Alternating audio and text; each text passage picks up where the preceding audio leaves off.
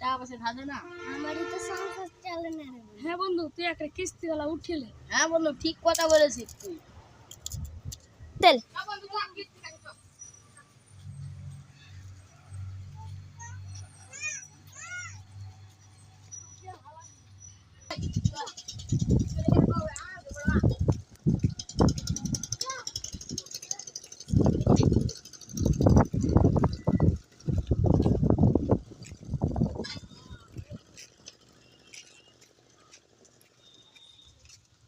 চল বন্ধু চলে এসছি শুরু